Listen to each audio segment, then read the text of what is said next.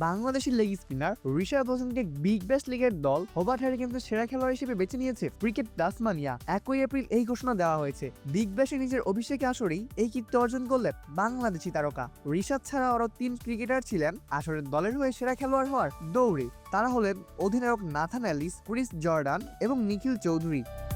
অবশ্য হোবার্টের social media পোস্টের কমেন্টে রিশাদের পক্ষেই বেশি ভোট পড়েছে। শেষ পর্যন্ত তাসমানিয়াও রিশাদকেই বেছে নিয়েছে। এর আগের বছর হোবার্টে ডাক পেলেও বিপিএল এর জন্য এনওসি পাননি রিশাদ হোসেন। এবার বিপিএল ছেড়ে বিগ ব্যাশে গিয়ে এই তরুণ তুর্কি বনে যান দলের সর্বোচ্চ উইকেট শিকারী। তাকে নিয়ে ক্রিকেট তাসমানিয়া ওয়েবসাইটে উল্লেখ করা হয়েছে, হ্যারিকেন্সের বোলারদের মধ্যে এবারেই সবচেয়ে বেশি উইকেট নিয়েছেন রিশাদ হোসেন। বিশেষ করে পাওয়ার প্লের ঠিক পরেই তাকে গুরুত্বপূর্ণ ভূমিকা পালন করতে দেখা গেছে। অ্যাডিলেড স্ট্রাইকার্সের বিপক্ষে 26 রান দিয়ে 3 উইকেট নিয়েছিলেন রিশাদ হোসেন। এটাই তার মৌসুমের সেরা পারফরম্যান্স। রিশাদ যেভাবে বল হাতে দাপট দেখিয়েছেন তাতে এই বছরের সেরা খেলোয়াড় হওয়ার পুরস্কারটি জিতে নিয়েছেন রিশাদ হোসেন।